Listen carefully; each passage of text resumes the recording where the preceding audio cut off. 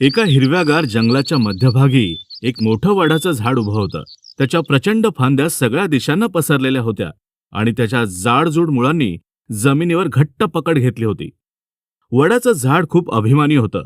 त्याला वाटायचं, मी इथला राजा आहे.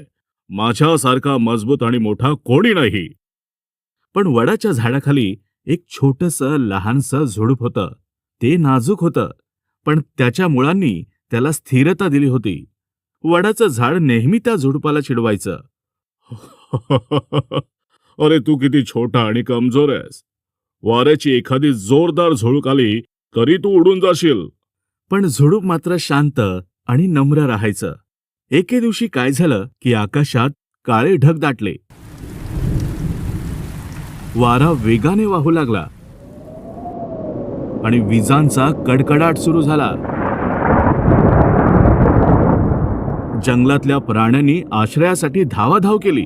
वडाचं झाड मोठ्या गर्वाने म्हणालं, बघ मी किती मजबूत आहे. वादळ मला काही करू शकत नाही. पण लहान झुडूप मात्र वादळाच्या तयारीत होतं. ते म्हणालं, भाऊ जरा वारा वाढेल तसं मला झुकायला लागेल, पण मी त्याने तुटणार नाहीये, कारण मी परिस्थितीशी जुळवून घेऊ शकतो.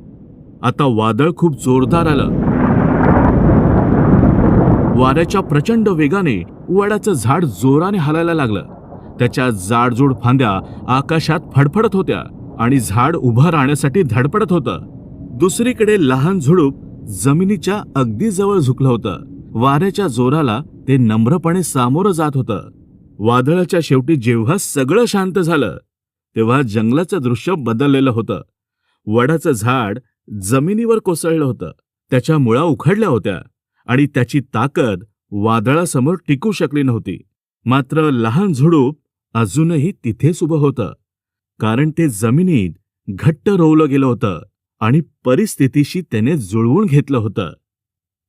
वडाच्या झाडाच्या अवस्थेकडे पाहून झुडूप म्हणालं, भाऊ ताकद महत्वाची असते, पण नम्रता आणि परिस्थितीशी जुळवून घेण्याची क्षमता अधिक महत्वाची असते. भाऊ अहंकाराचा विनाश अटळ असतो, पण नम्रता कायम टिकून राहते. वडाचं झाड आपल्या स्वतःच्या घमंडीपणामुळे हरलं होतं, तर लहान झुडूप आपल्या नम्रतेने टिकून राहिलं. जंगलातल्या बाकी झाडांना आणि प्राण्यांना या गोष्टीतून मोठा धडा मिळाला. परिस्थितीशी जुळवून घेतल्याने संकटावर मात करता येते, कारण ताकद आणि अहंकारापेक्षा नम्रता आणि परिस्थितीशी जुळवून घेण्याची क्षमता अधिक महत्वाची आहे. अहंकार विनाशाला नेतो, तर नम्रता टिकवून ठेवते.